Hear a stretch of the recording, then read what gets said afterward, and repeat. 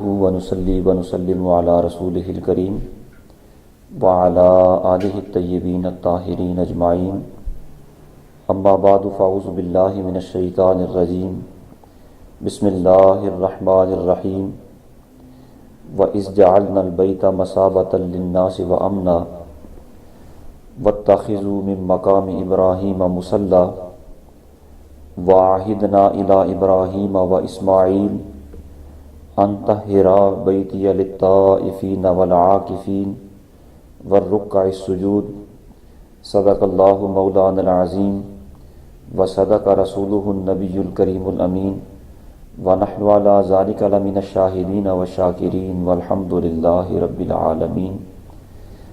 بعد از حمد و ثنا سورہ بقرہ کی 125 نمبر آیت مبارکہ آپ نے سماعت فرمائی۔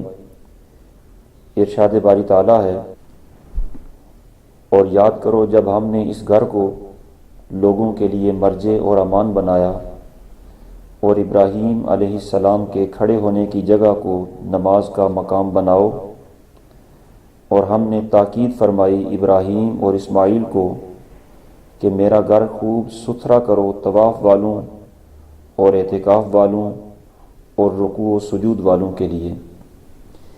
اس آیت مبارکہ کے اندر استعمال ہونے والے الفاظ کی طرف توجہ فرمائیں۔ ارشاد فرمایا اِذْ جَعَلْنَا الْبَيْتَ مَثَابَةً۔ مثابتاً کا لفظ صوبن سے اس میں ظرف ہے، اور صوبن کا معنی ہوتا ہے رجوع کرنا، لوٹنا۔ مثابتاً چونکہ ظرف ہے، اس کا مطلب ہے لوٹنے کی، رجوع کرنے کی جگہ، یا متفرق ہو کر دوبارہ ملنے کی جگہ۔ اسی طرح مرجع اور جائے پناہ کو بھی مثابتن کہا جاتا ہے۔ تو یہاں بیت اللہ شریف کو مرجع، لوٹنے کی جگہ اور پناہ گاہ کہا گیا ہے۔ بیت اللہ شریف کی مثال اس طرح کی ہے کہ جس طرح پرندے شام کے وقت لوٹ کر اپنے آشیانے کی طرف آتے ہیں، اسی طرح دور دراز سے حج اور عمرہ کرنے والے لوٹ کر بیت اللہ شریف کی طرف جاتے ہیں۔ اس لیے فرمایا ہم نے بیت اللہ شریف کو مثابتن، لوٹنے کی جگہ بنایا۔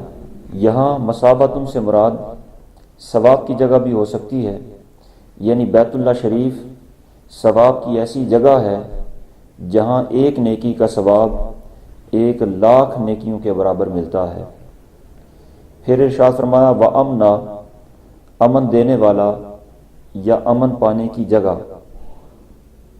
یہاں بیت اللہ شریف میں جنون، جزام، برس اور دیگر متعدی امراض سے بھی امن ہے، یا اس سے مراد یہ ہے کہ جو حج کرنے والے اور عمرہ کرنے والے ہیں وہ انشاءاللہ العزیز عذاب آخرت سے امن میں رہیں گے، یا اس سے مراد یہ ہے کہ جو مجرم بیت اللہ شریف کی حدود میں داخل ہو جاتا ہے وہ قانونی سزا سے بھی امن پا جاتا ہے، یا یہاں امن سے مراد یہ ہے کہ یہ جگہ ظالموں، جابروں کے قبضہ سے امن میں رہے گی۔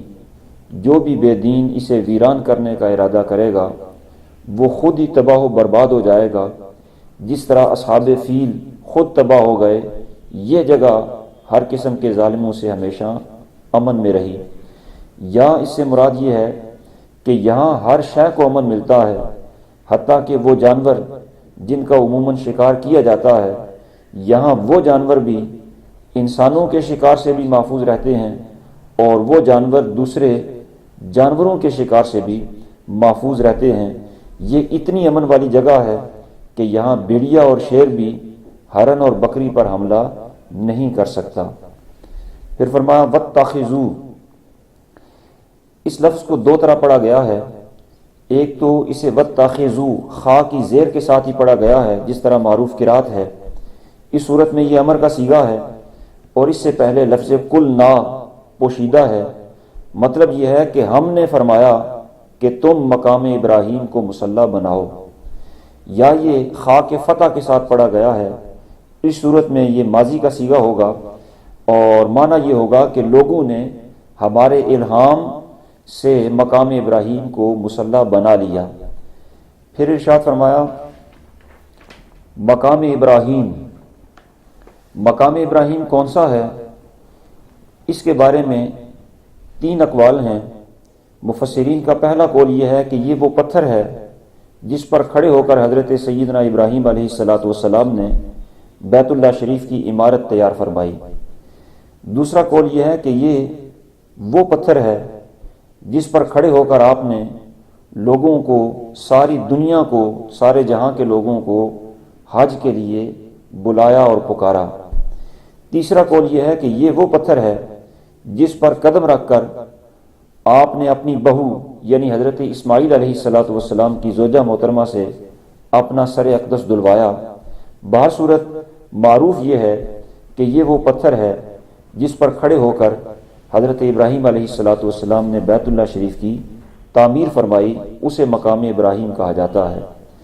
پھر فرمایا مصلی، اس مقام ابراہیم کو جائے نماز بناؤ۔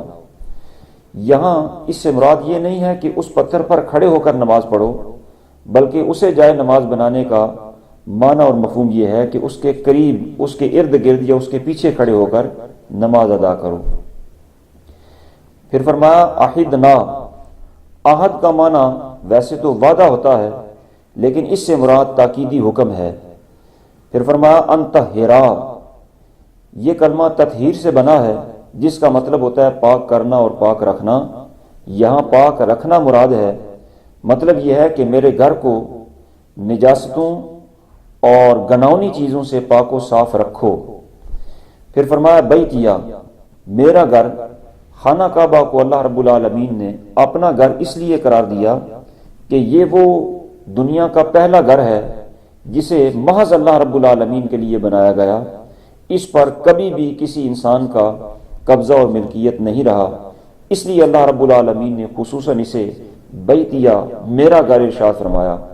اور پھر اس گھر کو اپنی طرف نسبت کرنے کی ایک حکمت یہ بھی ہے کہ اس نسبت اور اس اضافت سے اس گھر کی عظمت کا اظہار کرنا مقصود ہے۔ پھر فرمایا للطائفین، یہ لفظ طواف سے بنا ہے جس کا مطلب ہوتا ہے کسی کے ارد گرد گھومنا۔ طائفین سے مراد یہاں تو وہ مسافر اور پردیسی لوگ ہیں جو یہاں آتے جاتے رہتے ہیں، یا اس سے مراد ہر طواف کرنے والا، خواہ وہ مسافر ہو یا وہ مکہ مکرمہ کا رہائشی ہو، ہر طواف کرنے والا اس سے مراد ہے۔ اور فرمایا العاکفین، یہ لفظ وقوف سے بنا ہے، اور وقوف کا مطلب ہوتا ہے متوجہ ہونا یا کسی کے ساتھ تعظیماً تعلق پیدا کر لینا یا ٹھہر جانا۔ یہ تینوں کے تینوں معنی یہاں پر درست ہو سکتے ہیں۔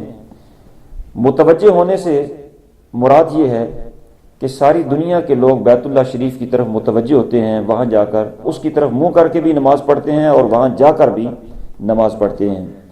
اور تعظیماً تعلق پیدا کرنے سے مراد یہ ہے کہ جو لوگ بیت اللہ شریف کی تعظیم کے پیش نظر اس کے ارد گرد سکونت اختیار کر لیتے ہیں، ان کے لیے بھی بیت اللہ شریف کو اور میرے گھر کو پاکیزہ اور صاف ستھرا رکھو۔ اور ٹھہرنے سے مراد یہ ہے کہ جو لوگ مسجد حرام میں ٹھہرتے ہیں، کچھ دیر قیام کرتے ہیں، ان کے لیے بھی میرے اس گھر کو پاک و صاف رکھو۔ پھر فرمایا الرکع، یہ راکع کی جمع ہے، رکوع کرنے والے، اور سجود یہ ساجد کی جمع ہے، سجدہ کرنے والے۔ ان دونوں صفات سے نمازی مراد ہیں، خواہ وہ نمازی مکہ مکرمہ کے رہائشی ہوں یا دور دراز علاقوں سے یہاں پر آئے ہوئے ہوں، اعتکاف کرنے والے ہوں، طواف کرنے والے ہوں، یا مسجد حرام میں ذکر الہی کے لیے بیٹھنے والے ہوں، سب کے لیے یہ حکم ہے کہ طواف کرنے والے، اعتکاف کرنے والے اور دیگر نمازیوں کے لیے میرے گھر کو پاک اور صاف رکھو۔ یہ اس آیت کریمہ کے مشکل اور قابل توجہ الفاظ تھے جن کا مختصر سا تذکرہ آپ نے سماعت فرمایا۔